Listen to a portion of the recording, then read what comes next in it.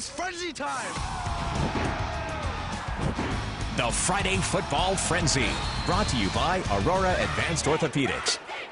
Tonight's Frenzy, hey everybody, in honor of our late great friend Jim Cullen. Jim, always a good sport to do a funny bit in the newsroom because of his love for high school sports, and he really loved his South Milwaukee Rockets, but often mumbled and grumbled when he called in the score if they lost.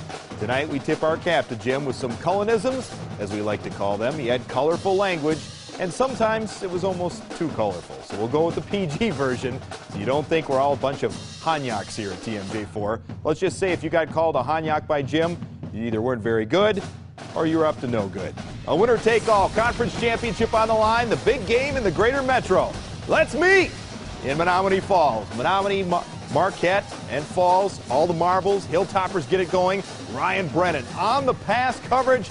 Nice leaping pick from Marquette, and that sets up this. The Hilltoppers airing it out. Michael Thompson just watches the rainbow fall right into his arms, and he does the rest, racing in all alone for a touchdown. Falls Christian Almonte, rumble, young man rumble, into the end zone. That's their only score. Marquette takes the Greater Metro title in convincing fashion. Hilltoppers over the Falls, 35-7. Always remember one time Jim was on the phone and he said, "You're flying into Hacky Sack, Texas."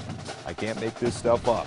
We aren't quite going that far, but we will cover some ground in the highlights. First stop, the appropriately named Flying Dutchman of Oostburg and Cedar Grove, Belgium, Parker Galbaris. The Tyler Chalupka, 10-yard TD for Oostburg. CGB answers with a 3-yard TD from Aaron Shire.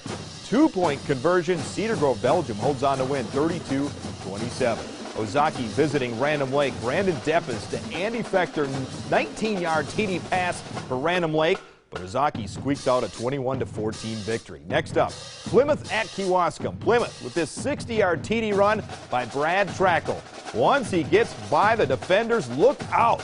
The Panthers on the prowl and win 28-6 over Kewaskum. And last stop, Germantown and Port Washington. Germantown already up 42-zip when we roll in, so why not show Ben Schuler to Adian Wojciechowski. 37 yards for Port.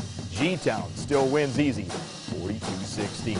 Tonight, NBC, or the National Biscuit Company, as Jim loved to call it, bringing you to the end zone. First up, Whitefish Bay at Homestead in the North Shore. You can't spell Homestead or Highlanders without a strong D. John Weicker with the interception, and that'll set up a 32-yard field goal right through the uprights. Points hard to come by. In the third quarter, Whitefish Bay had just 15 yards on 20 plays, and Homestead gets another pick by Cameron Murata.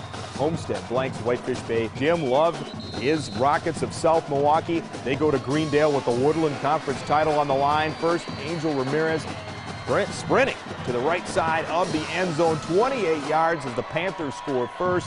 Then Josh Ringelberg piles in for another score before the first quarter horn sounds. Greendale winning 41-7 to take the Woodland title. The Friday Football Frenzy is brought to you by Aurora Advanced Orthopedics.